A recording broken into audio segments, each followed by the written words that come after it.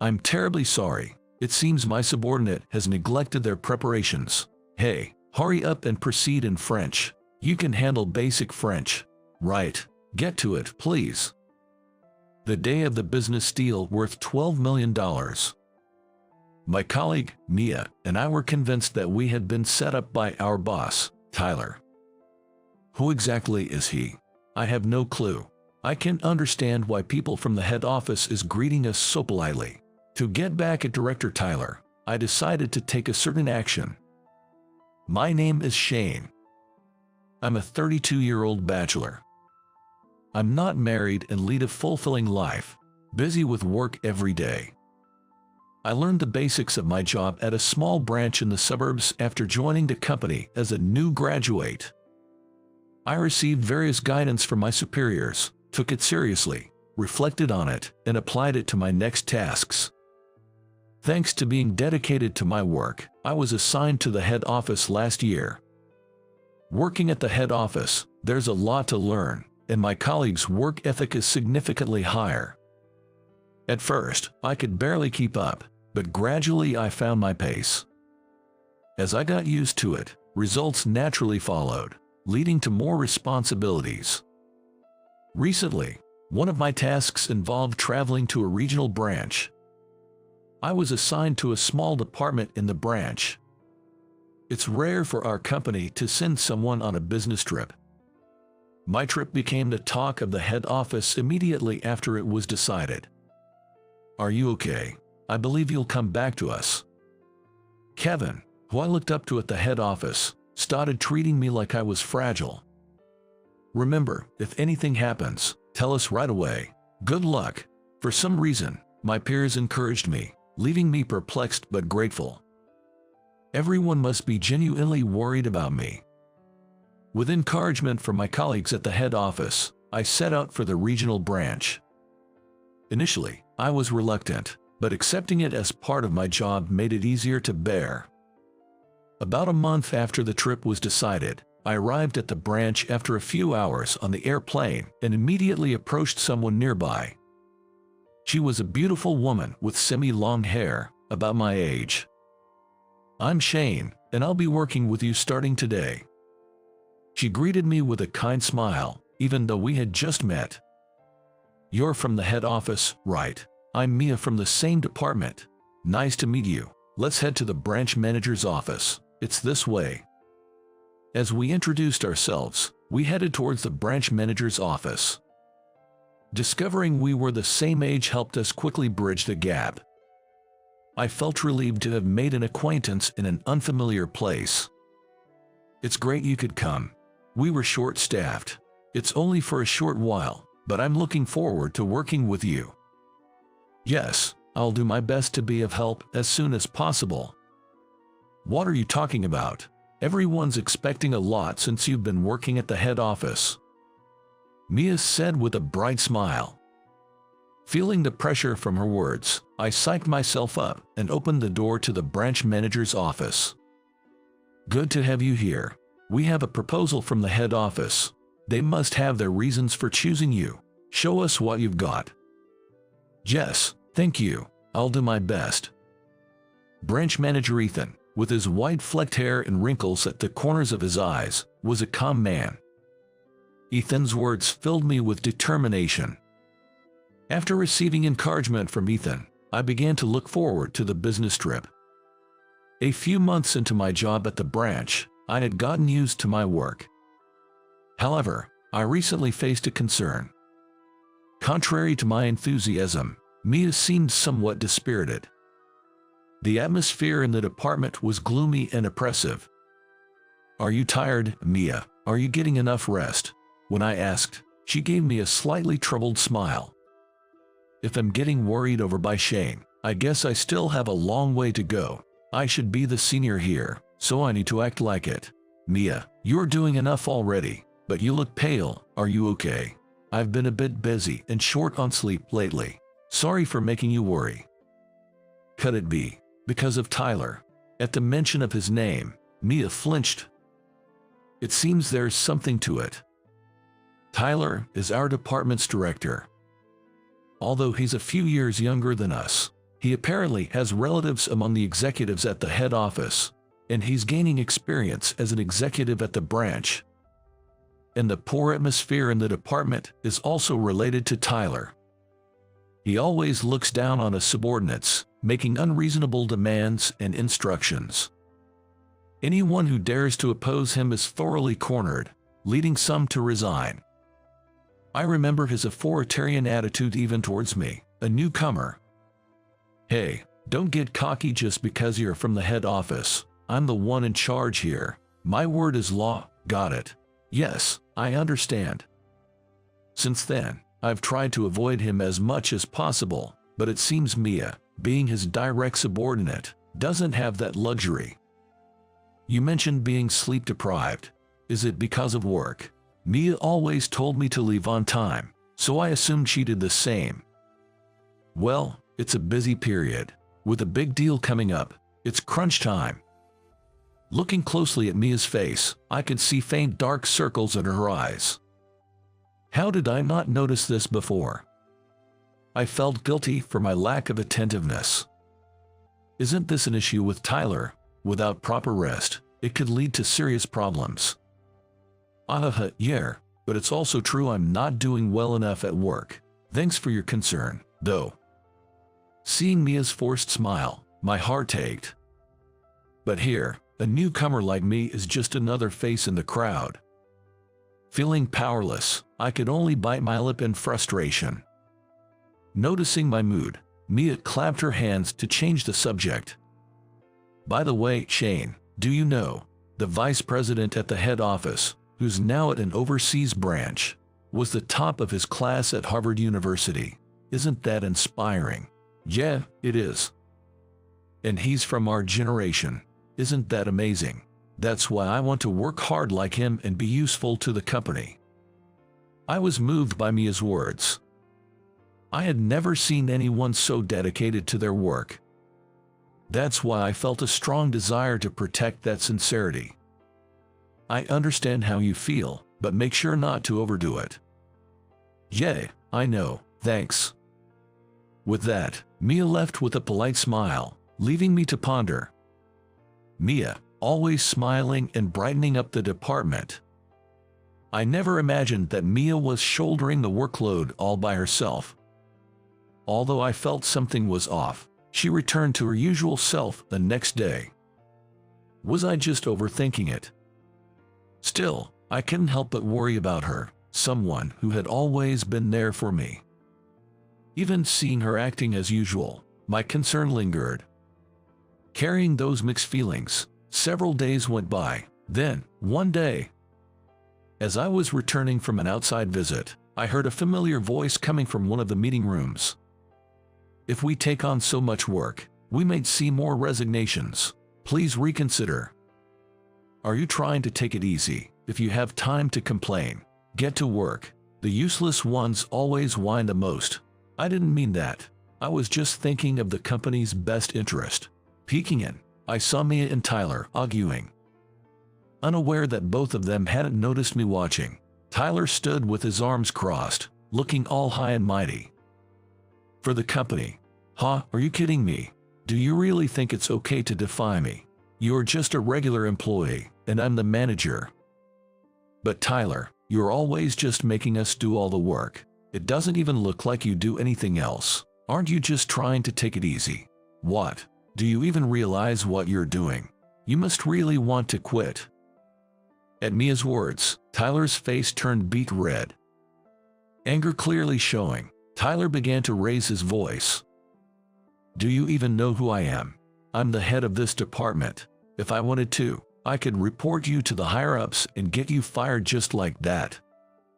But this is too much, not just for me, but for everyone. Mia's desperate cry moved me to action. Enough of this, please. Tyler and Mia were both taken aback by my sudden appearance. Ignoring their surprise, I stepped in between them, shielding Mia from Tyler. I've heard enough. With all due respect, don't you think you're going too far? I thought you were quiet, but what's this? Do you like this girl or something? Perfect match for the bottom of the barrel. Though slightly taken aback, Tyler did not back down from his aggressive stance, and the corner of Tyler's mouth twisted into a sneer. "Everyone's been saying it. What did you mess up to get sent here on a business trip? Don't cause us any trouble, okay? Excuse me. Such a gross misunderstanding." My voice was filled with anger as Tyler looked down on me and sneered. But Tyler remained unfazed. "Playing the hero, are you? What can you possibly do? You've defied me, so she's fired." "Please, wait." Hearing Mia's desperate voice, I quickly made a proposition to Tyler. "I'll take on your work as well. Can we pretend this never happened?" My proposal left both of them as surprised as before. Tyler was the first to speak. "Interesting proposition. Fine. From now on, your job is to handle my work. Make sure you do it well." "Understood. In return, please don't fire her and promise not to mistreat the other employees." "All right, I promise. This should keep me entertained and not bored." With that, Tyler left, looking pleased with himself. Left behind, Mia apologized to me. "Shane, I'm sorry. As your senior, I should be the one protecting you, but instead, don't worry about it. Mia, you did nothing wrong. It's quite remarkable to stand up to someone higher up all by yourself." Mia continued to express concern for me, but I reassured her, and we both left the meeting room. After parting with Mia, I went to see Ethan. "Ethan, about Tyler. I'm sorry. It seems you've been troubled as well." I explained the situation since my arrival. Then, Ethan let out a big sigh and explained the situation to me. It seems that Ethan was already aware of Tyler's problematic behavior. As the son of a senior executive, Ethan couldn't just disregard him. This is indeed a serious issue for the company. "Leave it to me for now." Though Ethan looked puzzled, I left the office of the branch manager. True to his word, from the next day on, Tyler visited me multiple times a day, hurling insults and complaining.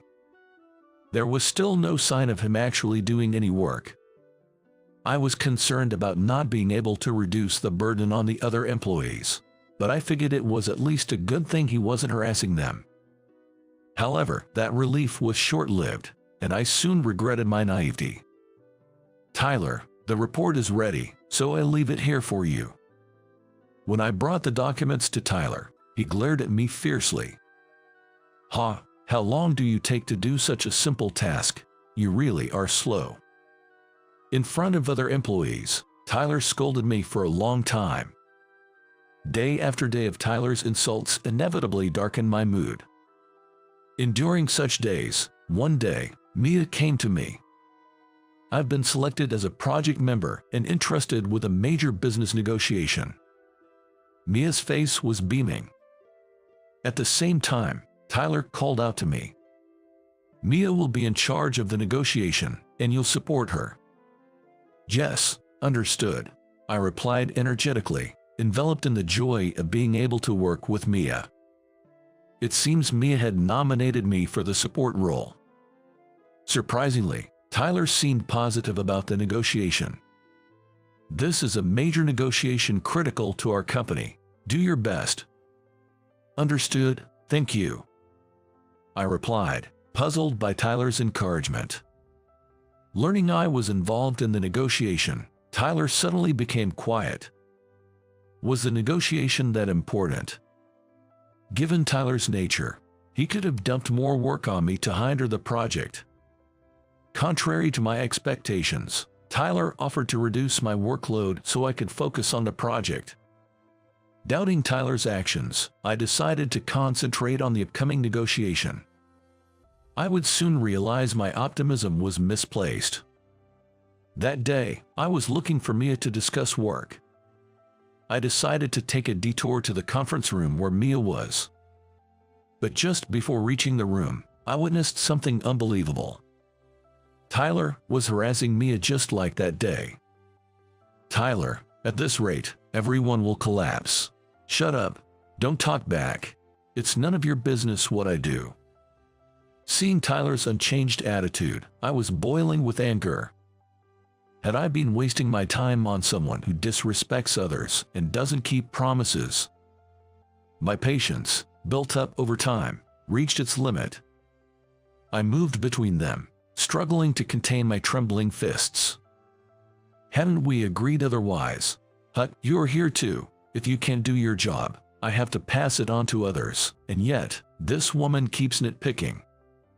I was foolish to think someone like him would keep his word. I wanted to hit myself for naively believing that others were safe because I was the target. The moment I reduced my workload, this happened. The root of the problem hadn't changed. Please, enough. Can't you try to do some work?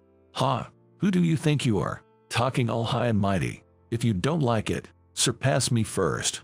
But a bottom dweller like you couldn't possibly do that, right? Why don't you losers comfort each other? After berating us, Tyler left with a smug look. Tearful Mia apologized to me, just like before. Shane, I'm really sorry for making you feel bad. Actually, were things not changed? Yes, they were. Thanks to you, things had improved a lot, but because I asked you for help, Tyler started picking on other employees again, and one of my colleagues is even considering quitting. To think that it had led to resignations. My anger amplified, realizing the situation was worse than I imagined. Then, the pressure on our peers increased, and today, when my colleague pushed back after being overloaded with work, it led to that scene. So that's what happened. I'm sorry I didn't notice. Shane, you're not to blame. Mia forced a smile, obviously feigned. The dark circles in her eyes were pronounced, and her hair, usually tied up, was in disarray, perhaps from lack of care. It's all right. I'll make him pay for this. Mia, I'll need your help. And so, alongside the preparations for the negotiation, I began another kind of preparation. The following week, the day of the negotiation finally arrived. Along with Mia, my fellow in charge, I headed to the conference room. Shane, thank you for your help. No, it's all thanks to your hard work, Mia. Let's do our best in the negotiation. And we made our way to the conference room where the negotiation was to take place. However, upon confirming the counterparts, we were astounded. More than half of them were foreigners. Naturally, they were all speaking in French. At that point, it was unclear whether French would be the language of communication. The advance materials did not indicate that the counterparts would be foreigners. But Ethan and the other employees did not seem flustered at all. Meaning, all employees except us were aware of this. The counterparts were from a major foreign company, including many foreigners. The project team included Mia, me, Ethan, Tyler, and a few from the headquarters. Kevin, whom we often relied on at headquarters, was also present. If everything went as usual, the meeting would conclude as per the minutes, and the negotiation was almost a done deal. We had spared no effort in preparation, working tirelessly to ensure everything was in order and not to offend the counterparts. Remembering this, I instinctively looked at Tyler. Sure enough, Tyler was smirking with a sneer. The materials, as he had said, were prepared by Tyler, Mia's direct supervisor. He had set us up. When I tried to proceed with the meeting as per the agenda, we were immediately stopped. The counterparts also seemed perplexed. It seemed we were the only ones not understanding the situation. Then, Tyler, who had been silent, opened his mouth with a smirk. Wasn't it clearly stated in advance that today's meeting would be in French? Don't tell me you're unprepared. Hut French. Seeing Tyler urging us to respond, we were convinced we had been set up. All eyes were harshly on Mia. No, Mia, sitting next to me, was sweating and on the verge of tears. Tyler, looking amused, began to berate her. I apologize. It seems my subordinate in charge has neglected her preparations. Hey, proceed in French. You can handle middle school level French, can't you? Hurry up and get it done. Of course, we hadn't been informed of any need to prepare for a French-speaking meeting. Tyler knew everything from the beginning and had dumped his work on us, intending to make us take the fall. I was determined not to let things go his way. Seeing Tyler trample on our efforts and gloat filled me with boiling anger. Then, I lifted my head. Taking a deep breath, I started my presentation in fluent French. The foreign counterparts seemed to understand, listening intently and at ease. Beside me, everyone, including Tyler, was visibly shocked. Without minding them, I focused on the presentation at hand. Since I had memorized the content of the negotiation, I could speak smoothly without prior translation. It seems there's concern about this figure. Can we make adjustments?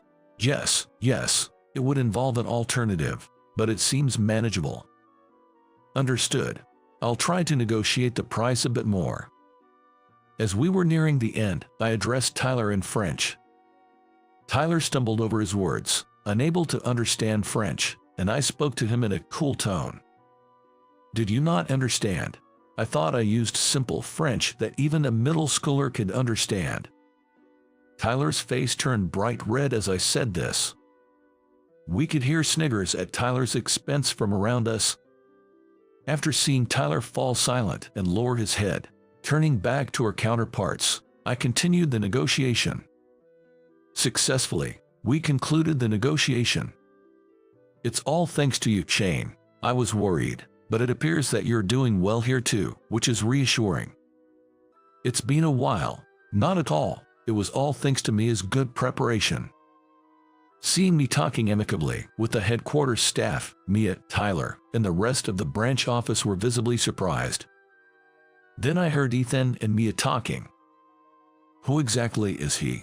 I don't know. I have no idea why someone from headquarters is greeting him so respectfully. Seeing their confusion, I approached them. It was thanks to you that we could secure the contract. That's not true. I just did my job, and I've caused you so much trouble, Shane. Mia's polite tone was unexpected, probably because of the many people from headquarters around us. I continued the conversation without concern. No, it was all thanks to Mia. People from headquarters were praising you too. So, Shane, what's your relationship with the people from headquarters? While I was talking with Mia and heading to our department, there was Tyler, standing as if waiting. It seemed he had been waiting for me. What do you think you're doing? Interrupting the negotiation like that? What would you have done if something had happened? The negotiation was a success, so there's no problem, right? It seems your plans have failed, Tyler. I said this and continued walking without paying him any mind. Wait a minute, Vice President Thompson. There's a message from President Thompson. A person in a suit from headquarters approached me and called out. Seeing this, Tyler's mouth fell open in confusion. Mia was just as surprised. Shane, Vice President, Mia asked hesitantly. Right, I haven't told you yet, actually. I'm the Vice President of the group company that oversees this one. So you're the one who graduated top of your class from Harvard University. Ha! Both of them exclaimed in unison. But their tones were complete opposites. Mia's voice was bright and somewhat admiring, while Tyler's was like a shriek. Ethan, for his part, was so shocked he couldn't even speak. Yes, I'm President Thompson's son and graduated top of my class from Harvard University. I've been on an overseas assignment until recently and have just taken up the role of Vice President of the group company. Tyler's face turned ashen. He then blatantly changed his attitude and began to cling to me. I had no idea you were the Vice President from headquarters. I apologize for treating you like any other employee. It explains why you were so humble yet commanded such presence. I never imagined someone of your stature would be sent on assignment to a branch office. That was at President Thompson's request. This branch has an exceptionally high turnover rate. and its sales performance is not satisfactory. He wanted me to gain experience overseeing the company as a whole, and look what I found. I never imagined our company had such problems. Problems? I'll address them immediately. What do you see as the issue? As a manager, I'll take your feedback seriously and review our on-site operations. Tyler, seemingly trying to imply he wasn't at fault, was met with my piercing gaze. He stiffened as I coldly stated, "You're the problem." Did you really think there was no problem? Your attitude towards subordinates, the work environment, everything is problematic. Using your power to dominate your subordinates, anyone with a bit of sense would know that's something you shouldn't do. Tyler, who usually only blames others, seemed unable to tolerate his current situation. Suddenly raising his voice, he changed his attitude dramatically. "Oh, acting all high and mighty. Who do you think you are, getting all submissive with me? This is absurd. Besides, there's no way a vice president would come to such a rural place on business. Are you some failure from the headquarters, putting on a poor act?" His words rendered me, Mia, and even Ethan speechless. I confronted Tyler with reality. "It doesn't matter what you think of me. The fact that I'm the vice president is true. Calling me a failure or bottom dweller. It seems you like to label people, but that's because I've allowed you to think that way. So, it's really true. Only those at the headquarters knew about my position. Thankfully, it spared me from unnecessary formalities. Now, it seems we can also eliminate a significant problem." "A problem?" "Yes, your behavior has already been reported to the HR department at the headquarters. With Mia and other employees' help, we've gathered detailed information on the damages. Some sort of disciplinary action will be taken soon." At my words, Tyler collapsed to his knees. "Please, wait. You broke the promise. I can't overlook this any longer." With that, I left the scene quickly. Later, an official decree came from the headquarters to dismiss Tyler. It turned out that the reason Tyler had remained at the branch office was due to his problematic behavior, which had made it untenable for him to stay at the headquarters. Of course, Tyler's relatives at the headquarters also quickly lost patience and withdrew their support. As a result, Tyler was disowned by his family and, with nowhere to go, was seen job hunting. However, having looked down on others for so long, Tyler likely found it impossible to work under someone else. It seemed he couldn't bear the thought of working under someone else anymore. Even if he managed to secure a final job, he would quickly cause trouble and get fired, and now he had been spotted working part-time at a convenience store near the branch office.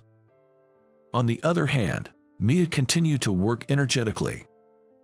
Employees who had resigned upon hearing of Tyler's departure decided to return. Thus, my months-long business trip was drawing to a close. "You'll be heading back to headquarters soon, right?" Mia looked sad. Despite telling her numerous times that it's okay to speak casually as before, she stubbornly insisted on using formal language. While I would have preferred a more relaxed way of speaking, her insistence on maintaining this boundary was typical of her character. "Yes, I suppose so. Now that the problem is resolved, I'll likely be returning." "I see." Seeing her looking down, I made up my mind and took a deep breath. "I'll be waiting for you at headquarters." As I said this, Mia looked up. Then, gazing straight at me, she quietly spoke. "Of course, please wait for me." I was drawn to her earnestness and straightforwardness. The thought of parting was sad. The day we would work together at the headquarters might not be so far away. I've never been the type to make enemies. I always thought that about myself. But considering the current situation, it seems that just by breathing, one can somehow make enemies. This crossed my mind when I received the official notice from the director, Steve. "My name is James. I'm a 36-year-old mid-level employee at a construction company. I got a job at a well-known local construction firm right after high school. My parents were thrilled when I landed the job, as it was a reputable company in our area. I chose not to go to college simply because I wanted to start earning money as soon as possible. I have 4 younger brothers. It was only natural for me as the eldest to want to help support my parents financially. I was never particularly fond of studying and had no real interest in pursuing a college degree. My first year on the job was like a crash course in life, so busy I can hardly remember it. Though the workplace was demanding, I found it fulfilling. I was the only high school graduate to join a company that year. I could feel the gap I had to bridge from the very first day of work. Luckily, I was surrounded by supportive colleagues. No one looked down on me for being a high school graduate back then. When I first joined a company, there wasn't anyone like that. By the time I was 28, I had grown to be known as one of the most promising of my peers. One day, Mr. Smith, a client, suggested I consider a matchmaking.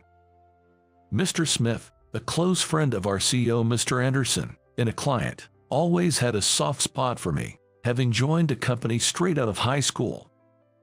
I learned everything from how to drink to high-end dining etiquette from Mr. Smith. I often visited Mr. Smith's home with Mr. Anderson. I couldn't possibly refuse the matchmaking proposal from Mr. Smith, especially since the other party was Mr. Smith's daughter. While the term CEO's daughter might conjure an image of a demure and delicate lady, Charlotte was anything but the stereotypical executive's daughter. She graduated from an industrial high school with a major in architecture and studied urban design engineering in college. I've seen her at construction sites, asking the workers various questions. Unconcerned about messing up her hair, she'd wear a safety helmet and observe passionately. I first met her at a construction site. She was visiting the site I was assisting as a site supervisor.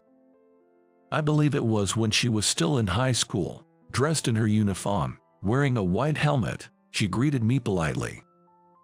I heard that her well-composed features resemble her mother's. Her name is Charlotte. When she found out I was the assistant site supervisor, her large eyes widened even more in surprise. As we bumped into each other at various sites, we started to share personal stories. Having 4 younger brothers, Charlotte's presence felt like having a sister, and I was glad she came to rely on me for many things.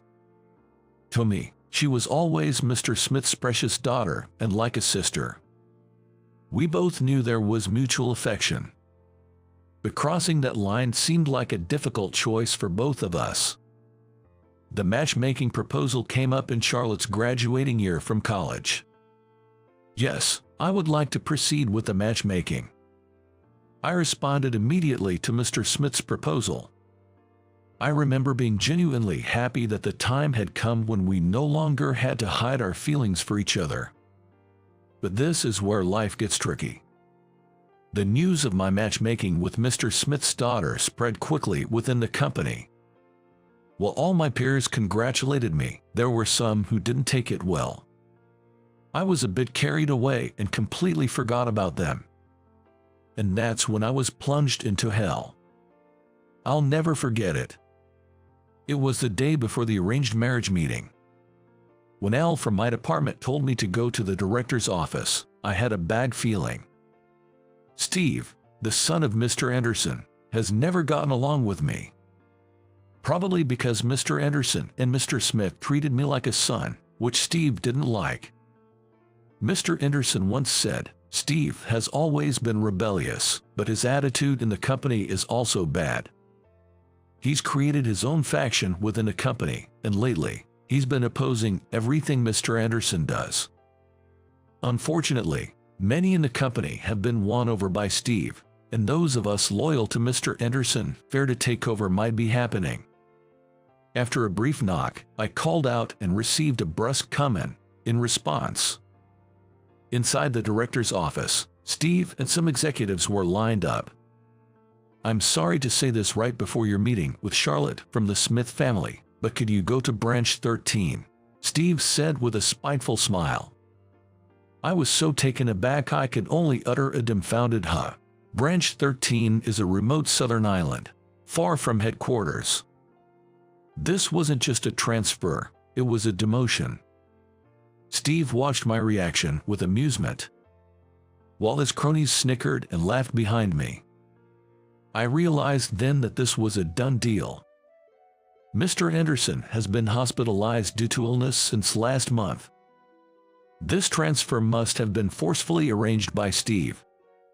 I clenched my fists, determined to stay calm. I refused to show any sign of distress. I accepted the official notice as if it were nothing and left the director's office. Inside, I was seething with anger.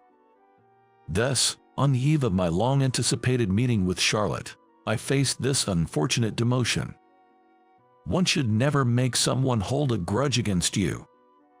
On the day of the arranged meeting, leaving Charlotte in tears was the lowest I've ever felt. I hadn't been in touch with Mr. Smith since then. It's been 8 years since I was transferred to this remote island branch. There's been no sign of returning to headquarters, especially since Mr. Anderson passed away 3 years ago. Now, Steve, the one who banished me here, is the CEO. It seems my peers who were loyal to Mr. Anderson were suddenly fired. They probably thought I couldn't do anything from this island. I wasn't fired, but here I remain. Mornings come early on the island. Since coming here, I've taken up surfing. There's a shallow beach with good waves, attracting many tourists for surfing. With few other industries, the island relies on tourism. My work involves the construction of small resort hotels, villas, and pensions, among other things. There's also a fair amount of repair work, keeping us reasonably busy. The branch office consists of me, 2 young craftsmen, and 1 local administrative worker. The atmosphere here is relaxed and friendly. The peace here is unbelievable, considering how at headquarters there were constant clashes between Steve's faction and those loyal to Mr. Anderson. After 8 years, I've grown accustomed to this peaceful life and have started dreading the idea of returning to headquarters. Before work, I head to the sea and catch a few waves before going to the office. And during lunch, I gaze at the calm sea. Lately, I've had more desk work, so I make a point of looking out at the distant view, which makes me seem like I'm always staring out the window. James, you're staring at the sea again. Clara, the administrative worker, often teases me. When I first arrived, I felt anxious and lonely. Not to mention guilty for abruptly canceling on Charlotte. But with 8 years gone by, even that feeling has faded. By now, she must be around 30 years old. She's probably built a wonderful life with a great husband. The thought still occasionally stings deep in my heart. Sometimes it feels like a minor wound, other times it's a deep, sinking feeling. Well, they say time heals all wounds. With time, these feelings should fade away. I just haven't given it enough time yet. Every time that twinge of pain hits my heart, I remind myself of this. Looks like you've got a slow day. The one who called out to me as I was absently gazing out the window was Ethan. He's a reliable older brother figure, 2 years my senior, who moved to this remote island. He runs a small ranch and offers horseback riding to tourists. Sometimes, he hosts students who are truant from school or children with certain issues for extended stays at his ranch. They engage in horse care and receive horse therapy, healing their wounded hearts. If you don't have work, why not take the day off? He teased me, and I retorted, I do have work. Ethan, with his deeply tanned face, gave a broad grin and looked at me skeptically, saying, sure you do. Ethan, you shouldn't bother someone who's working. Suddenly, a voice as clear as a bell rang out. Behind the tall figure of Ethan, a woman with a face I hadn't seen on the island stood. Her fair skin indicated she had recently arrived.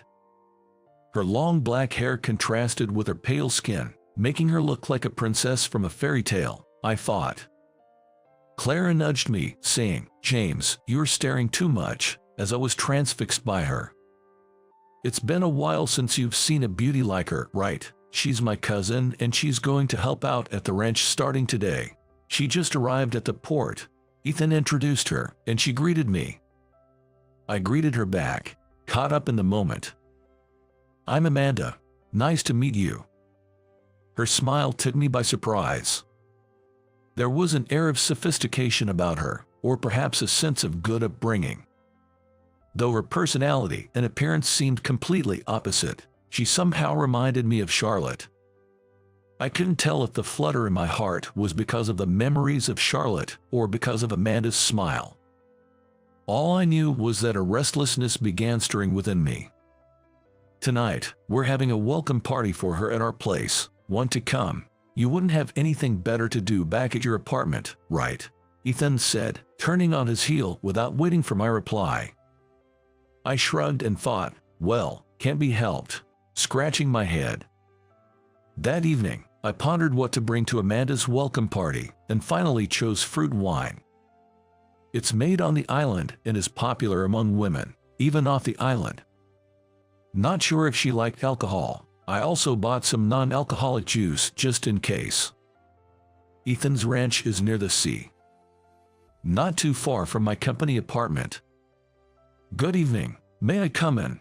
I called out as usual and opened the door, to be greeted by Amanda in an apron. "Welcome. I'm sorry for calling you over like this on such short notice," she said, looking a bit apologetic, perhaps mindful of the forceful invitation earlier. "Not at all. I was looking forward to coming here tonight. Here's a little gift. Do you drink?" I said, quickly dismissing her concerns, and she smiled, relieved. The table was set with dishes I'd never seen when it was just Ethan and me drinking. Clearly, Amanda had prepared them. "It's her welcome party, but she wouldn't just sit down and relax," Ethan said, frowning from behind the kitchen counter. "I can't let a busy person like you bother with such things. If you say you can't eat my cooking, then I might reconsider," she retorted with a firmness that belied her gentle appearance. Ethan seemed a bit taken aback. As I sat at the dining table, Ethan quickly placed a glass in front of me. "Didn't you bring something? Let's drink," he said, as if he had seen right through me, which was a bit annoying, but I handed over the fruit wine I had brought. In fact, this fruit wine was Ethan's favorite. "I knew you'd bring it," he said excitedly, uncorking the bottle, while Amanda chuckled softly. "She's probably in her late 20s, I guessed," unconsciously comparing her with Charlotte, who would be around the same age. "I hope it suits your taste." Amanda served the dishes onto small plates, lining them up in front of me. Each looked delicious, to my amazement. I tasted the food. I was at a loss for words due to its deliciousness. When something is truly delicious, the word delicious doesn't come out immediately. I almost stomped my feet on the spot in delight. Ethan watched my reaction with an amused look. "You're really starved for home-cooked meals, aren't you?" he said, pityingly. I felt embarrassed to be pitied. Amanda seemed to get embarrassed by my repeated praises of "this is delicious" and hid in the kitchen. "If you like Amanda's cooking so much, why don't you marry her? She hasn't gotten married no matter how much time passes," Ethan whispered, making sure Amanda couldn't hear him from the kitchen. It seemed she was still single. "I can't believe such a beautiful person is still single," I said honestly, and the usually hearty Ethan made a face as if he had bitten into a bitter bug. "There's a lot going on, a lot," he said, and then fell silent, taking a swig of his drink. Even someone as obtuse as me could tell there was a sensitive issue from Ethan's demeanor.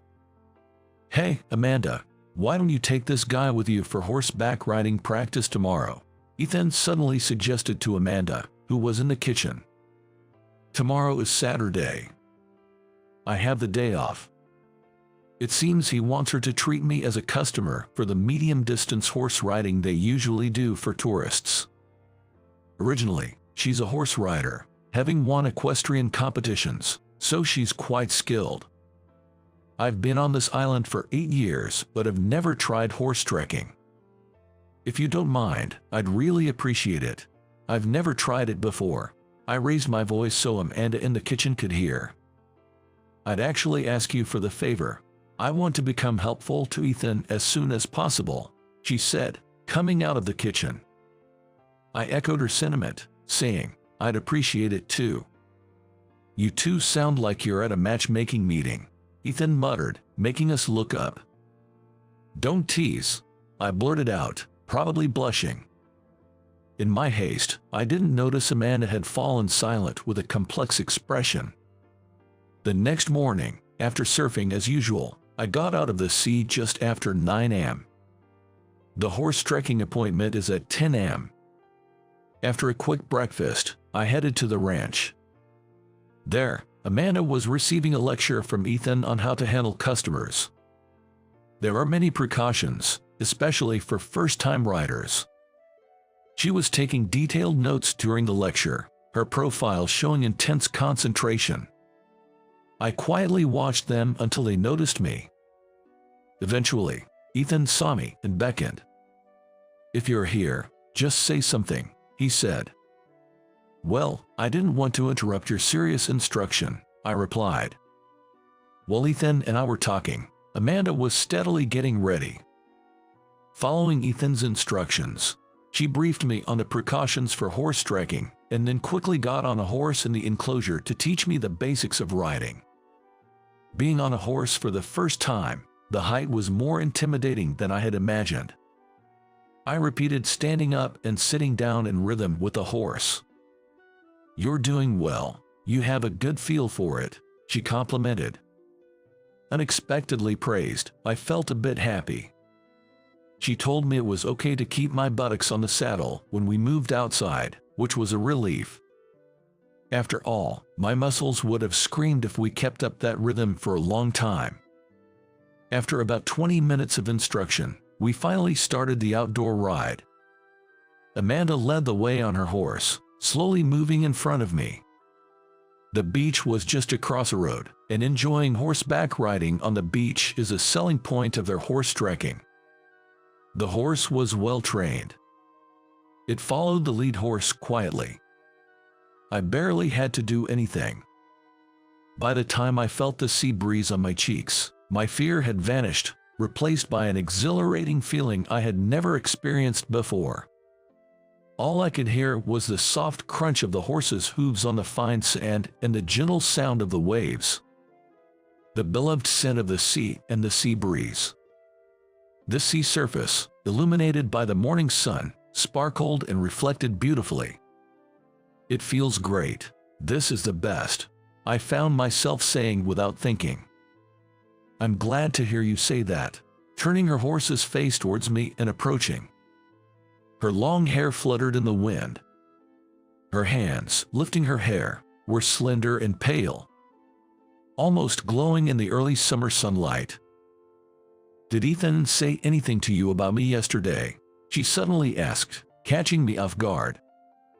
I thought she hadn't heard Ethan's suggestion to entrust her to me. With her earnest eyes fixed on me, I couldn't lie. I honestly repeated what Ethan had mentioned the night before. Maybe he was just drunk. You know how he starts joking around when he's drunk, I said to try to smooth things over. At that moment, Amanda turned her back to me, controlling her horse. Her back seemed to tremble slightly, and I panicked, wondering if she was crying. You know Ethan doesn't get drunk, she said almost angrily, then steered her horse towards the water's edge. Without a chance to stop her, she rode into the sea with her horse. The horse seemed to enjoy walking in the water. They eventually going deep enough to swim. It feels so good. Why don't you join me? She called out, then whistled sharply. It seemed to be a signal. The horse I was on started to enter the water as well. Riding a horse into the sea was another first for me. It was scary at first, but as I got used to the waves through the horse's back, the vibration and the horse's warmth felt incredibly soothing. Minor worries seemed insignificant. With my eyes closed, feeling the wave sounds and the horse's breathing, I sensed Amanda approaching. I came here for Ethan. I love him and wanted to be by his side, so I followed him to this island. I guess you could call me an uninvited wife, she confessed unexpectedly. Her confession brought me back to reality. They were cousins, after all. He's just scared.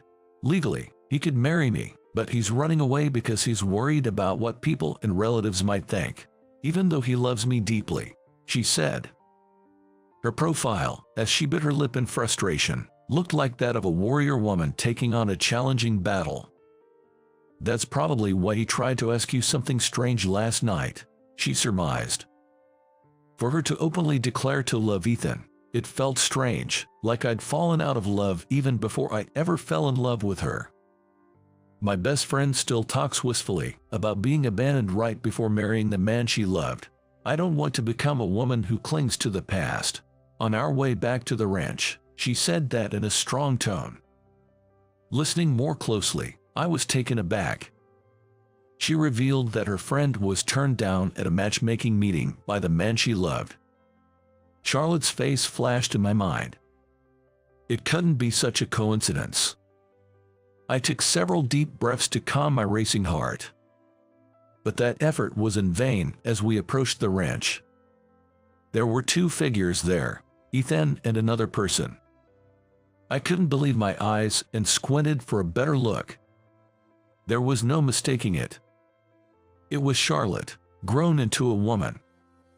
Everyone's worried because you disappeared so suddenly. I had a hard time stopping your parents from going to the police. Charlotte scolded Amanda from atop her horse. But Amanda seemed unapologetic. Are you going on about what society will think again? My life is my own. What's wrong with living it the way I want? She dismounted the horse gracefully and handed the reins to Ethan, facing Charlotte directly. Contrasting with Amanda's long black hair and pale skin, Charlotte had a tan, sported very short bright hair, and her ears sparkled with several piercings. Yet, it was Charlotte, who appeared more lively, who had tears in her eyes, while Amanda, with her hands clasped in front of her chest, seemed irritated, tapping her fingers rhythmically. Everyone has their circumstances, right? There are things in life. We can't live as freely as we wish. Amanda scoffed through her nose at Charlotte, who was pleading in a voice mixed with tears. You really haven't changed at all. Hating to be called a president's daughter, you deliberately dress like that and act tomboyish, Amanda remarked. At Amanda's words, Charlotte's shoulders twitched sharply. Perhaps she felt humiliated for being hit right on the mark. Amanda didn't stop her onslaught, even as Charlotte looked down. But your essence hasn't changed, has it? Always worried about what society thinks, always being considerate of others, giving up on what's important to you, and living a life of regret. I'd rather not live like that, Amanda said. Charlotte, not wanting to hear any more, covered her ears with her hands and crouched down. Shut up, shut up, shut up. I know that, I don't want to hear it. I couldn't bear Charlotte's voice, which sounded almost like a scream. Jumping off the horse, I embraced Charlotte's hunched shoulders. Her slender shoulders were trembling slightly. Do you remember me, Charlotte? When I softly spoke to her, Charlotte's body stiffened. Holding her breath, she slowly looked up at me, her large eyes widening. In her eyes moistened with tears, my reflection was clearly visible. No, it can't be. In a dazed state, Charlotte murmured repeatedly. It's not a lie, it's me, James, I affirmed. Hearing my name, Charlotte's strength seemed to drain away. I supported her with both arms. So, you're the one Charlotte has been longing for, Amanda remarked, squatting beside us. Your legs must have given out from the shock, Charlotte. Amanda spoke to Charlotte in a teasing tone. Charlotte, her cheeks flushed red, retorted in a barely audible voice. Shut up, Charlotte. This is a chance given by God. What you do with it is up to you, Amanda said, patting Charlotte's shoulder lightly, as if comforting a child. I want you to be happy. After all, you're the only friend of a selfish person like me, Amanda said, standing up and smiling. Take good care of Charlotte. I nodded firmly, and with a reassured expression, she left us to tend to the horses. James, I need to tell you something. I wanted to chase after you just like Amanda did back then, Charlotte confessed. From the first time we met at the construction site, she had liked me, she said. She laughed bitterly as she talked about feeling hopeless about everything after being rejected at the arranged meeting. Regretting not being able to cling to me or chase after me because of societal expectations and her parents' views. She made me think of how inadequate my actions were. If I had just said, "Please wait for me," back then, she would have waited, I thought. Failing to fully believe in her and to take her away, I was truly a coward. I admired Amanda, you know, even though everyone opposed her and Ethan treated her coldly, she never gave up, Charlotte said. She laughed at herself, saying she never had the confidence to be loved like Amanda. I felt the same way. Taking a deep breath, I looked straight into Charlotte's eyes. She seemed to hold her breath. Please don't say it's too late now. If you're still single, and if you still love me, can we start over from that day? I asked. Hearing my words, big tears fell from Charlotte's eyes. I've always loved you. I still do, and I probably always will. Charlotte spoke with a clear tone, just like Amanda. I thought she mustered all her courage and took a step forward. I'll definitely make you happy. Stay with me forever, I promised. She nodded repeatedly in response to my words. I forcefully held back the tears that threatened to overflow. This wasn't the time to cry. I had decided to make her the happiest person in the world from now on. Amanda gave a sharp whistle. It sounded almost like she was saying, "Be happy." As I pondered for a bit, Mia looked intently at me. Noticing her gaze, I looked back at her and she smiled, saying, "You're kind, aren't you? All right. For such a kind Alex, let's give you a reward." Having my long-admired person say such a thing, I was thrilled about what kind of reward awaited me and eagerly awaited what would come next. Phew, we've arrived. My name is Alex, a 30-year-old working at a company in New York. Today, I'm using the long weekend to fly back to my hometown. Because major holidays and Christmas get so crowded, I usually take a few days off randomly during a long weekend to visit home about once every 6 months. After exiting the arrival lobby, I entered a diner I always visit. I frequent this diner every time I come home.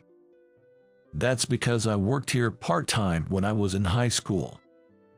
I wonder if it's her day off today. She hasn't quit, has she? After looking around the diner for a while, I felt a bit let down. I was looking for Mia. She was a senior when I was working part-time, and now she's the manager of this place. She's a beauty that turns every head in the place, with impeccable customer service to boot. She was the senior I admired, always teaching me kindly and carefully, even when I was a newbie. And she was the only woman who ever called my smile cute. Ever since I was a kid, I've been teased by my classmates for my squinty-eyed smile, making it a complex of mine. Although I intended to work only in the kitchen, this diner required working in the hall as well, and there was customer service training. Despite not wanting to force a smile for work, I nervously tried my best, and Mia called that smile cute. At that moment, I fell for her. But there was a problem. Mia was 10 years my senior. There was no way she would see me as a romantic prospect. At the time, Mia had a boyfriend, and I couldn't even confess my feelings. After quitting the part-time job to attend college in New York, I ended up working there, and during my biannual visits home, I dropped by this diner. chat with her if she was working. It's been over a decade since I met her, and by now, the hope of getting together with her has faded, but talking with Mia always warms my heart. Seeing Mia during my visits home was always a soothing moment. 2 days later, I ended my visit home and headed to the local airport a bit early. Peeking into the diner where I used to work, I spotted Mia before entering the shop today. Her radiant smile still dazzled me.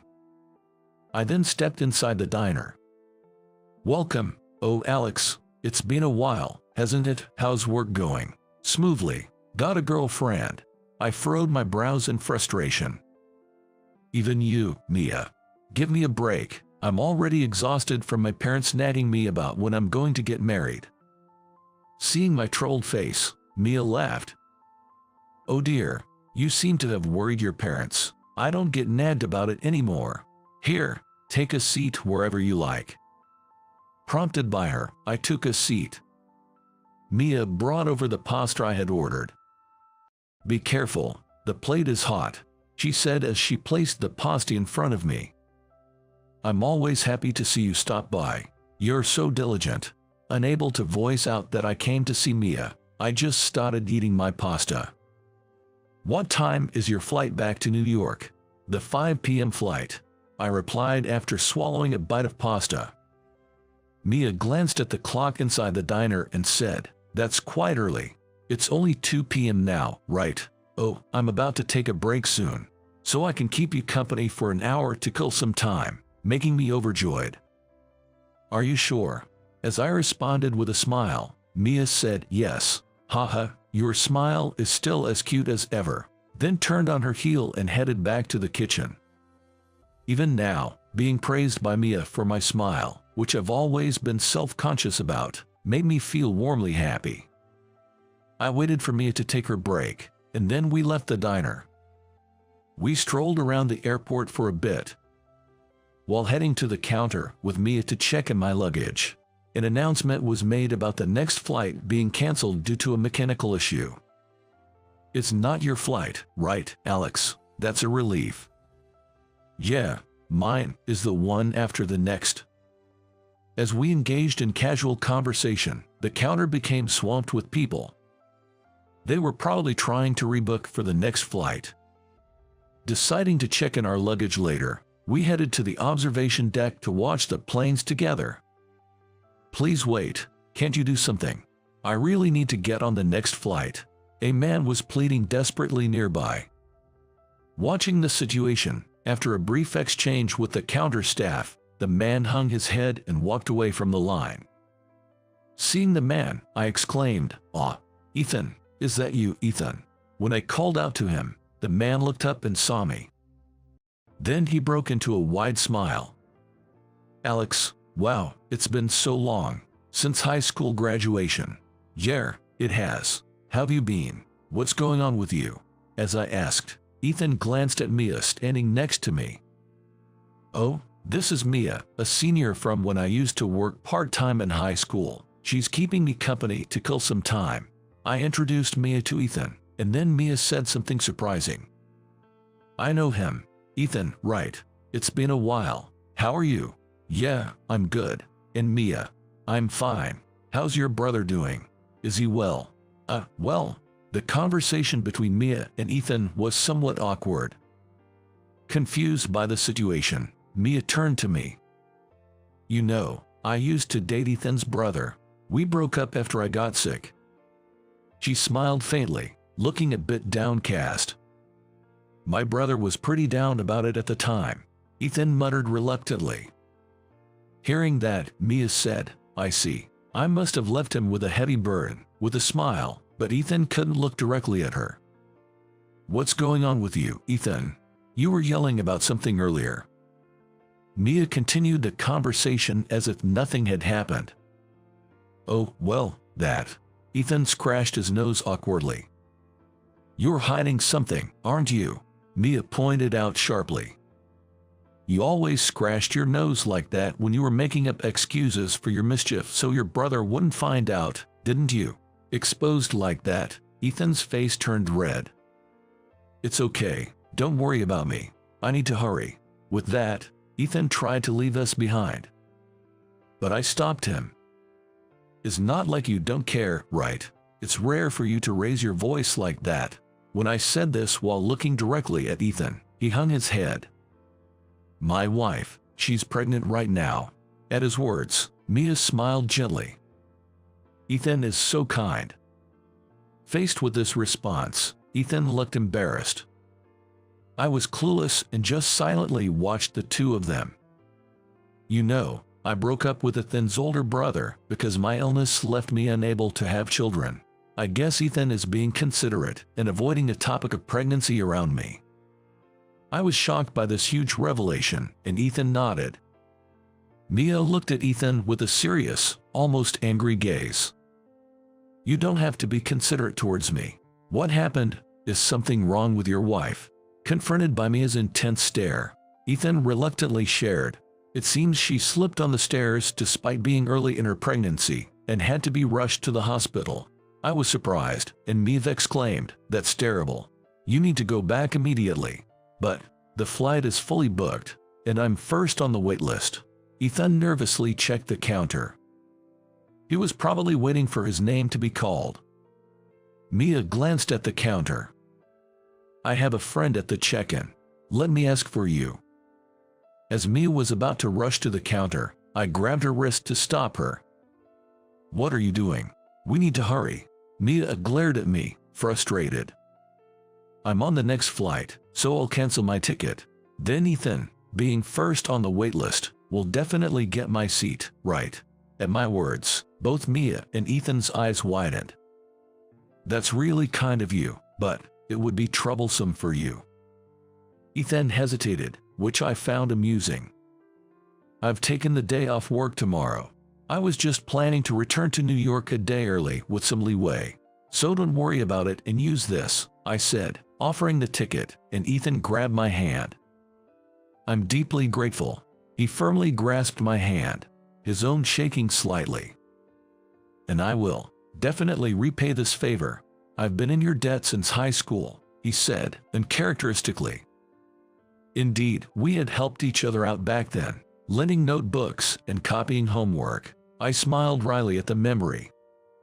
Though I was worried about the ticket exchange, Mia spoke to her friend at the check-in, and the process concluded smoothly. I rebooked my flight for the next day's noon. Relieved, Ethan said he needed to go to the bathroom and ran off in search of one. As I watched Ethan head towards the bathroom, I pondered what to do until tomorrow when Mia looked at me intently. Noticing her gaze, I looked back at Mia, who smiled and said, "You are really kind." I thought giving up my ticket to Ethan was worth it, but then Mia added, "All right, for such a kind Alex, I'll give you a reward." I was thrilled, wondering what the reward would be. "I'll treat you to dinner tonight at my favorite restaurant," she said, and I was over the moon, feeling as if my airplane ticket had turned into a date. "I still have 3 hours of work, but if you don't mind waiting, will you wait for me?" I nodded vigorously. "I can wait for hours. I love airports." Laughing at this, Mia said, "You've been like this since high school, huh? See you later then." I watched Mia return to work with a dumbfounded look. Since Ethan had some time until his 5 p.m. boarding, I was idly watching the planes take off and land on the deck with him. But Ethan would frequently step away to make phone calls. It seemed like he was talking to family members or someone from the hospital. When alone, I couldn't help but think about Mia. Though I didn't hear the details, the thought of not being able to have children lingered in my mind. Mia loves kids, and her smile always grows even wider when children come to the diner. She happily brings out children's dishes and chairs and chats with them. While I was thinking about this, Ethan sat down next to me after finishing his call. "Is your wife okay?" I asked Ethan, who looked downcast, and he replied, "They're examining her in detail right now, so I'm not sure." As someone who's not married, I had no more words to offer, so Ethan and I silently sipped coffee on the deck. After a moment of silence, Ethan looked at me tentatively. Then he asked, "Hey, "Do you like Mia?" which made me choke. What are you talking about?" Ignoring my coughing, Ethan continued. "Well, you seem to have a good vibe going. I noticed you were quite smitten." I started to panic, wondering if my feelings were that obvious. Seeing my reaction, Ethan laughed. "If you do like Mia, I thought I might have some good advice for you." I was annoyed by Ethan's teasing, but then he said, "If you don't like her, this information would only be a bother to you, so I won't say anything." I admitted, "Well, I'm not seriously in love, but I've always admired her." Ethan laughed again. "Mia is beautiful and kind. I get why you'd fall for her," he said, making my face heat up. "So, what is it? This good news you're talking about?" I urged him on, trying to hide my embarrassment, and Ethan chuckled. "You worked at that place in high school, right? Mia often talked about you, said you were conscientious and thoughtful, not like a typical high school student. She said your smile was cute, even though your eyes squint and you make a funny face when you laugh." His unnecessary remark dampened my spirits. "She talked about you so much that my brother got jealous. You might have a chance," he said, making my face turn red even in front of Ethan. After that, I thanked Ethan multiple times as I saw him off to the boarding gate and stood alone on the deck again, thinking about Mia. She had been talking about me when I wasn't around, and she had been praising me. I had always thought Mia complimented my smile just to boost my confidence, not because she really meant it. But to think she said such things about me even when I wasn't there. I was so moved I almost cried. To know that someone genuinely liked my smile, which I've always been self-conscious about, and that someone was Mia, whom I've admired for so long. As I was blushing at the thought of Mia, the real Mia appeared in front of me, saying, "Sorry to keep you waiting," and I panicked. We left the airport and headed to the employees' parking lot. We drove to Mia's favorite restaurant in her cute light blue compact car. It was a small Italian place, and the arrabbiata was superb, but I heard that women on a date with someone they're interested in avoid ordering anything with garlic. Perhaps I'm not considered a romantic interest. The conversation was tense at first but soon flowed freely, and we talked for about an hour at the restaurant.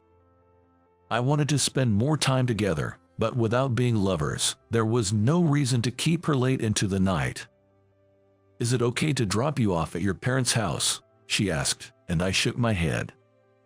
When I left home, my mother had already cleaned my room. I thought it'd be bad to extend my stay, so I booked a hotel. There were no single rooms left, so it's a twin, I explained, having booked the hotel while waiting for Mia. When I told her the name of the hotel, Mia grinned. "A room for two, huh?" As I was admiring her beautiful smile, she said, "It must be lonely in such a big room by yourself," and I chuckled. "I'll enjoy the spacious room all by myself." At my words, Mia's smile widened and she dropped a bombshell. "Should I stay with you then?" I turned bright red and panicked. "No, that's with Mia. Stay over." "No, that can't be right. A man and a woman in the same room, that's not appropriate," I blurted out, flustered, and Mia burst into laughter. "Ah ha ha, come on. Nothing's going to happen with a woman 10 years your senior, right?" Mia said, laughing. After a good laugh, she looked a bit melancholy. "Well, it wouldn't matter if something did happen. I'm not really a woman anymore." She laughed self-deprecatingly and said, "Don't say that, Mia, you are always a wonderful woman." Unable to come up with anything more clever to say, I looked down. Then Mia took a deep breath, started the engine, and said, "Do you still have time? Let's go for a little drive," steering the car in the opposite direction of the hotel. Holding the steering wheel and looking straight ahead, Mia began to talk. When she and her boyfriend, Ethan's older brother, were discussing marriage, Mia was struggling with irregular periods. The pain became so severe that she went to the hospital, where she learned she had to have a hysterectomy due to her condition. It was aggressive and had been caught late, leaving no option but a complete removal. I regretted it so much. If only I had gone to the hospital sooner. If only I had gotten my regular periods checked. After losing her uterus and the possibility of having children, Mia broke up with her boyfriend. He said it was okay not to have children, but Mia's guilt kept growing. This guilt sometimes turned into irritation, which she took out on him, leading to an increasingly strained relationship and eventually to their breakup. When we decided to break up, I was so sad, but a big part of me was relieved. Now he could have his own children with someone else. Mia said this with a slight smile, still looking ahead. I had to throw myself into work. Just then, the manager was quitting, and I applied for the position. By dedicating herself to her job, she avoided relationships with men. Mia shared all this with me. Thanks to that, every time I came home, I could see Mia. Mia smiled at my words. And then we arrived at our destination. It was a hill overlooking the town, offering a beautiful view of the night lights. There was a space to park the car, with a clear view of the town below. It's beautiful, I murmured, and Mia looked pleased. It can't compare to New York's night view, but I love it here. When I'm feeling down, I come here to watch the night sky. Mia's face, illuminated by the night lights and the moon, looked incredibly mystical and beautiful. As I looked at her, my mouth moved on its own. I like you, I confessed to Mia in just one sentence. Mia looked surprised for a moment but then laughed. What brought this on all of a sudden? Oh, do you mean you like the night view? Did I misunderstand? Even in the moonlight, I could see her blushing as she laughed. I remembered my conversation with Ethan. There might be a chance. If I don't say it now, I might never get another chance. I gathered my courage. No, I mean, I've liked you, Mia, for a long, long time, and I still do. I made sure Mia had no way to avoid my gaze, telling her seriously. Mia realized my confession was sincere, stopped laughing, and looked at me sternly.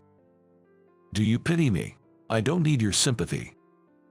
Her voice contained a slight anger, and I shrank back but said, It's not pity or anything like that. I've liked you since high school. I know I'm 10 years younger and probably not considered a romantic prospect, but could you start considering me as one now? Mia then looked at me with a pitying expression.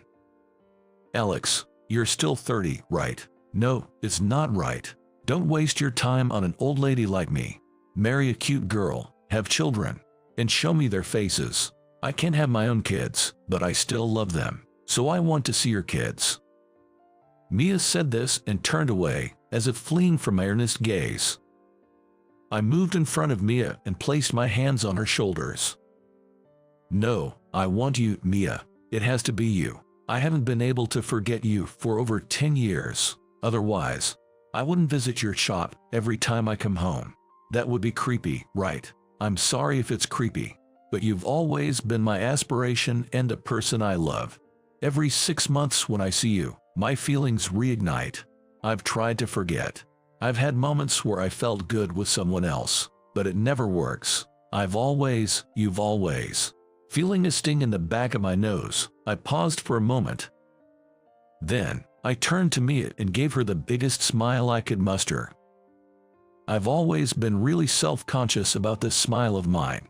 I hardly ever smile now, but you said my smile was cute. I can smile in front of you. I can only smile in front of you, Mia. When you said my smile was cute, you meant it, right? Tears welled up in Mia's eyes. She nodded silently. I can forget you, the one who erased my complex. You're the only one who calls me cute. As long as I have you, that's all I need. I'm not hung up on having children. I just want to spend the rest of my life with you, Mia. Am I not enough? Mia looked down.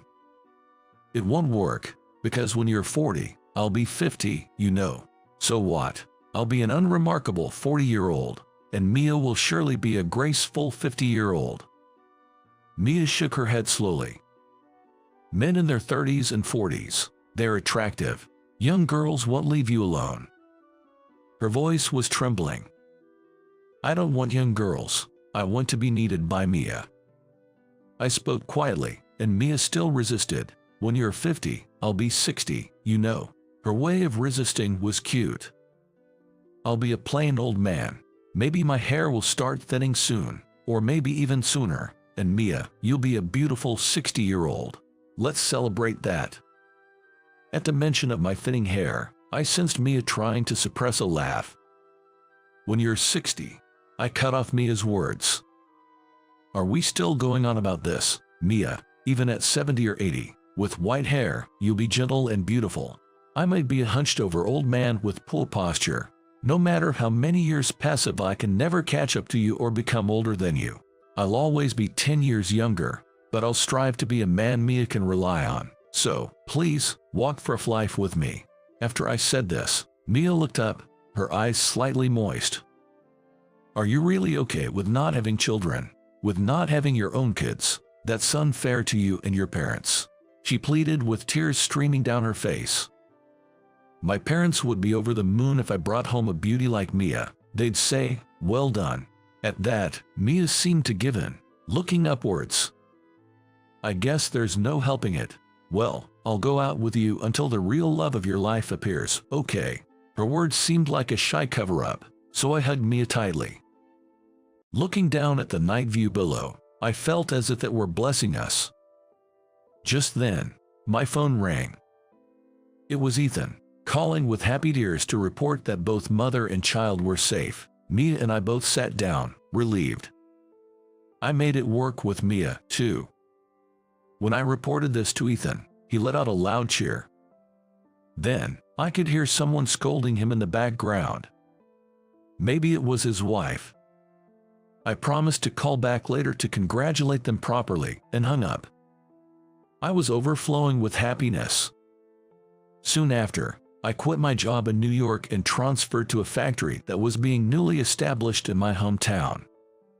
Mia, who had been sure that our long-distance relationship would continue, was surprised by my swift action. I wanted to show my commitment. Then I handed Mia the brochure. It was from an organization supporting adoption.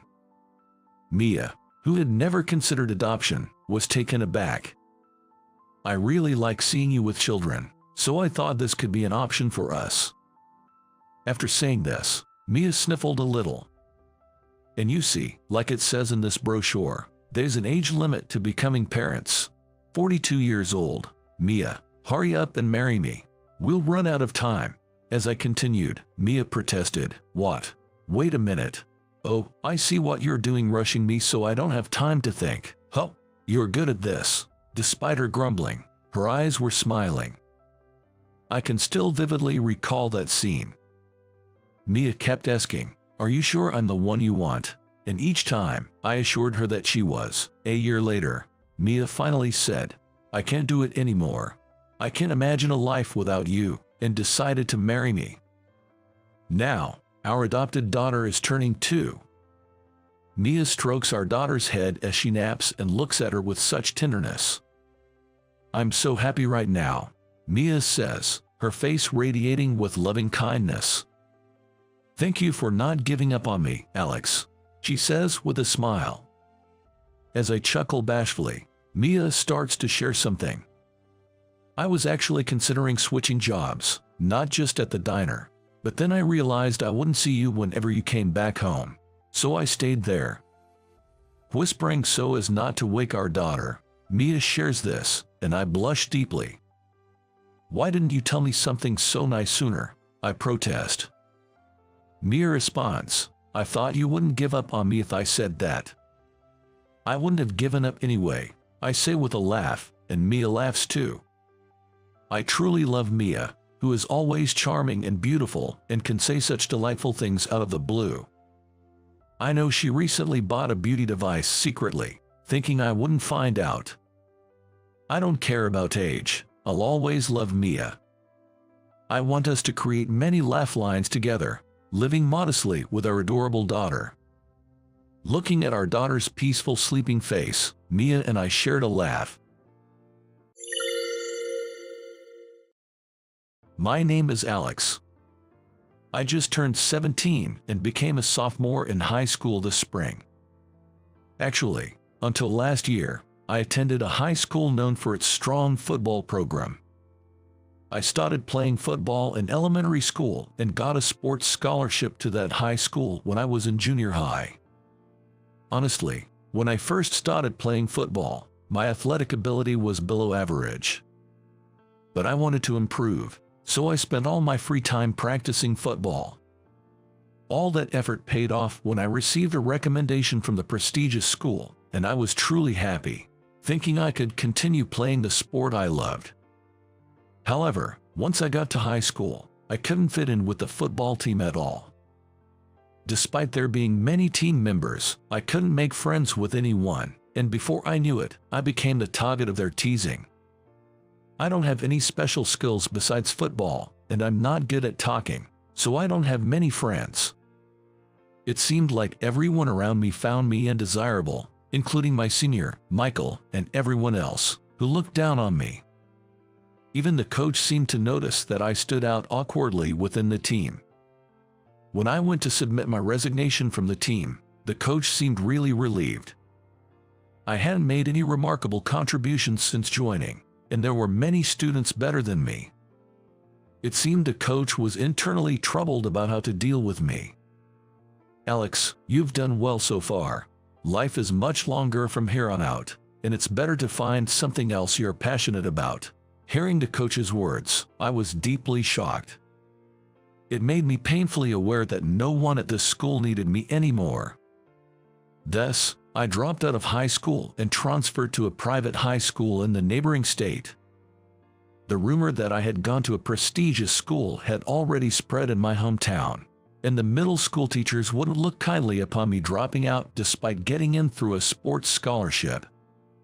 Considering that, I wanted to go as far away as possible.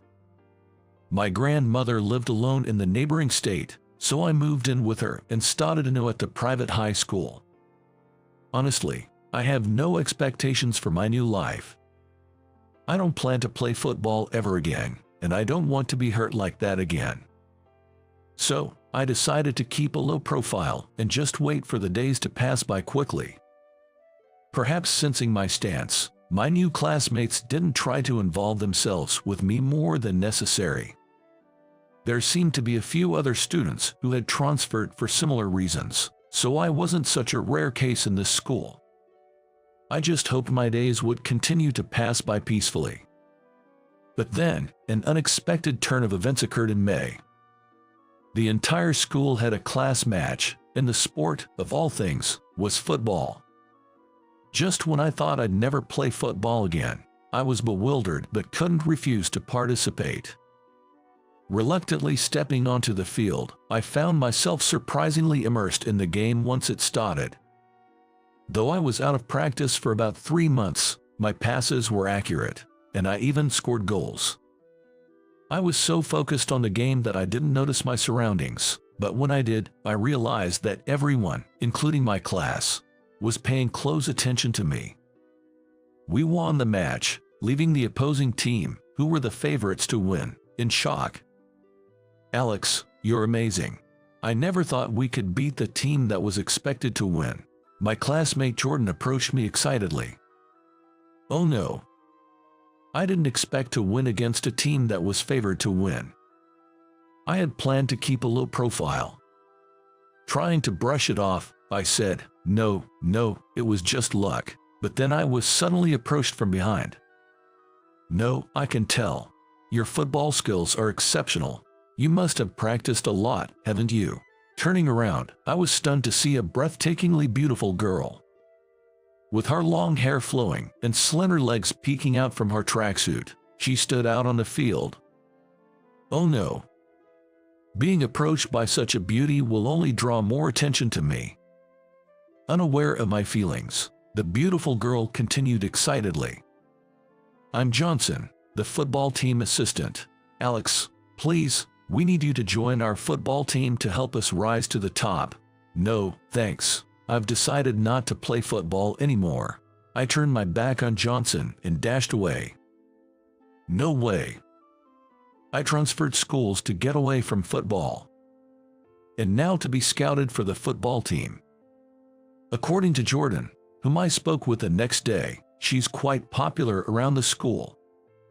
Johnson is incredibly beautiful, right? Plus, she's been demonstrating her assistant skills since middle school.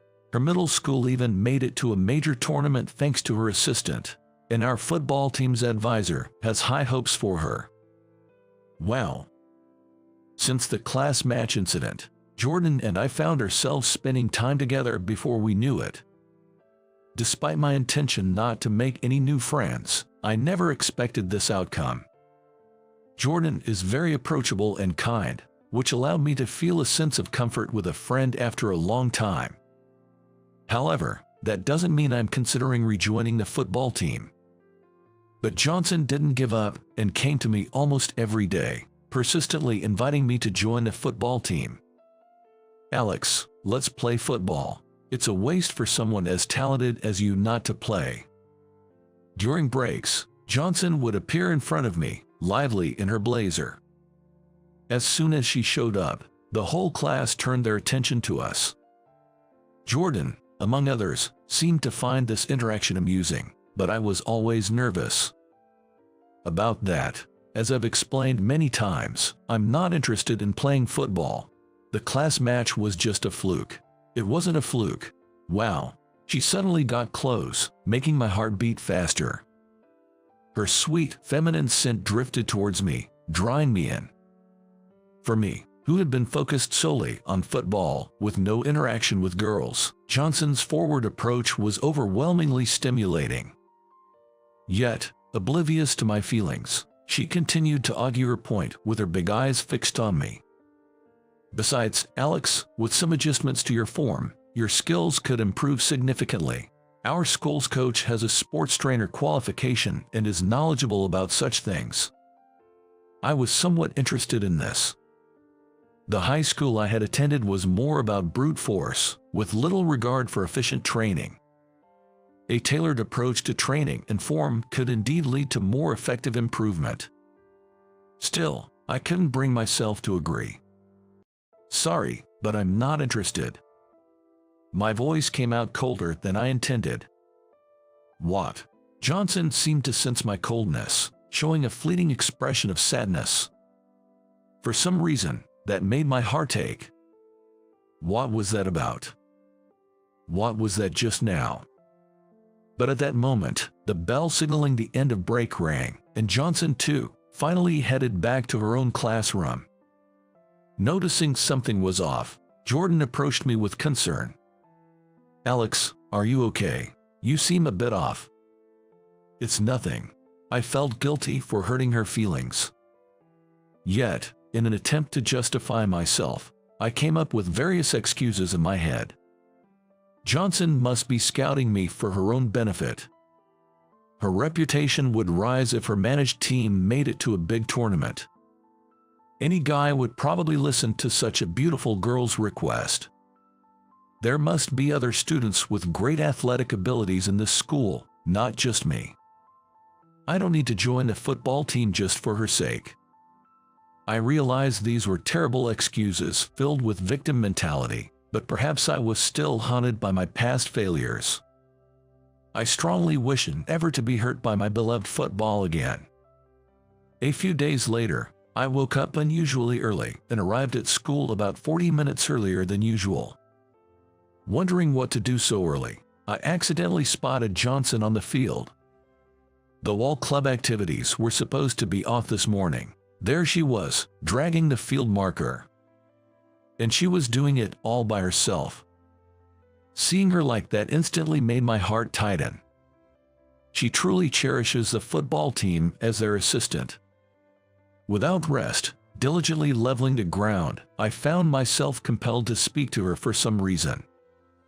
Good morning, Johnson. It must be tough to be working on the field so early in the morning.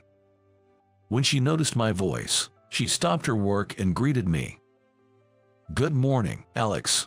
Yes, actually, there was a practice match with another school last night, and the ground ended up rougher than usual. So, I thought I'd clean it up, she said with a smile. Her sincerity was so palpable that in that moment, I truly thought she was beautiful. Not just her appearance, but I deeply realized how beautiful her heart is. The team members are really lucky to have someone like you as their assistant. Alex, do you have a moment after this? There's something I want to talk about. Please wait in front of the clubroom while I change into my uniform. Confused by her request, I responded, okay, and waited for her to finish changing. About 10 minutes later, the door to the clubroom opened and Johnson invited me in. Being alone in a closed room early in the morning with a beautiful girl like her was unbelievable. What could she possibly want to talk about? Due to extreme nervousness, my heart was pounding as if it were racing. Then, suddenly, she grabbed my hand. Alex, please touch this, she said. Caught off guard, I tried to look away, but she insisted, please, look closely, pressing my palm against her thigh. What is this? Surprised by the unexpected sensation, my eyes widened. There was a large, painful-looking scar on her thigh. Such a scar wouldn't have remained unless it was from a serious injury. Actually, I got this scar during a football match in my first year of junior high, she revealed. What? As I looked at her face in surprise, I saw a sorrowful expression. It was as if the pain inflicted by that scar was still present, even after 3 years. Alex, I've kept this quiet, but my birth family name is Taylor. Influenced by you, I played football until I got injured in elementary school, she confessed. Wait, Johnson, was that Emily? As a kid, I often played football with friends at the local park. Among them was a girl named Emily Taylor, who tried to play football with the boys. However, the boys disliked her presence. They thought it was ridiculous for a girl to play football and tried to drive Emily out of the park. But from the moment I saw her, I felt she had something special. Despite being ridiculed by the boys, she never gave up and chased the ball with unwavering passion. Inspired by her zeal, I eventually started practicing with her, and she became one of the best players in the park. After that, no boy dared to tell her to leave the park. In my memory, Emily was a tomboy with a short haircut and tan skin. I never imagined that the beautiful long-haired Emily in front of me was the same person. I was speechless from the shock. She continued to explain. After my parents divorced, I had to move away and couldn't say goodbye properly to you, Alex. But not a single day has passed when I haven't thought about you. Meeting you made me dedicate myself to football as a player until the day I got injured. Emily. I found myself calling her Emily just like in those days. So that was the reason she suddenly stopped coming to the park. When I got injured, I was devastated, thinking I could never play football again. As Emily spoke, her shoulders trembled, conveying her deep anguish. But I still love football. Becoming an assistant has given me a new purpose in life. Being involved with football in this way, and meeting you again, Alex, has made me incredibly happy, she said, her eyes brimming with tears, looking straight at me. How shallow I had been. Unlike Emily, even now, I could fully commit to football whenever I chose to. I was using my painful memory as an excuse to run away from football. Yet Emily, despite being physically and emotionally wounded, rebounded with a strong spirit and continued to love football. Losing to a younger girl like this, I was an incredible coward. But I believe I can still make a fresh start. Emily, thank you. I've come to realize my own feelings. I want to play football too. Alex, I'm so happy. It's been truly worthwhile being the assistant up until this day. Saying this, Emily finally showed me a smile, even as tears fell. The moment I saw her smile, my heart felt lighter. I want to protect this smile. I want to face football with all my heart again. That was the moment I truly realized this. Afterward, I officially joined a football team and started practicing with the other members. Thanks to Emily, the team's mood maker. The atmosphere within the club was excellent, and I quickly became part of the team. The coach was certainly strict, but he cared deeply for every team member and used his trainer qualifications to provide appropriate guidance. With the coach's instruction and Emily's support, the team members steadily improved and managed to win the city tournament. Next, we aimed to compete in the state tournament. Let's eat. As I was energetically eating breakfast before going to school, my grandmother opened her mouth with a smile. "It's really good to see Alex so energetic. You truly come alive when you're playing football." My grandmother had been worried about me, so it was great to finally put her mind at ease. The reason I can enjoy my days like this is all thanks to Emily. "Thank you, Grandma. I'm really blessed." After saying, "That was very good breakfast," I dashed off to school. I wanted to play football, even if just for a moment. With that thought, I felt as light as if I had wings on my feet, allowing me to run effortlessly. Emily was already on the field, leveling the ground as usual. "Good morning, Alex." "Good morning. All right, I'm going to help with the leveling too." Saying that, I joined Emily and worked on the field together. Our conversation was mainly about the upcoming tournament. Spending time with her like this made me deeply realize how special she was to me. I wanted to be closer with her, not just as an assistant and a team member, but in a more significant way. "Emily, what is it?" The moment she looked at me with her big, beautiful eyes, I felt my heart race and lost my words. "It's nothing." "Come on. It's not fair to stop halfway. I'll tell you if we win the next tournament. I can't express my feelings as directly as Emily does. So please wait a bit longer," I said in my mind. "After we've grown a bit more through the tournament, I'll properly tell her how much I like her."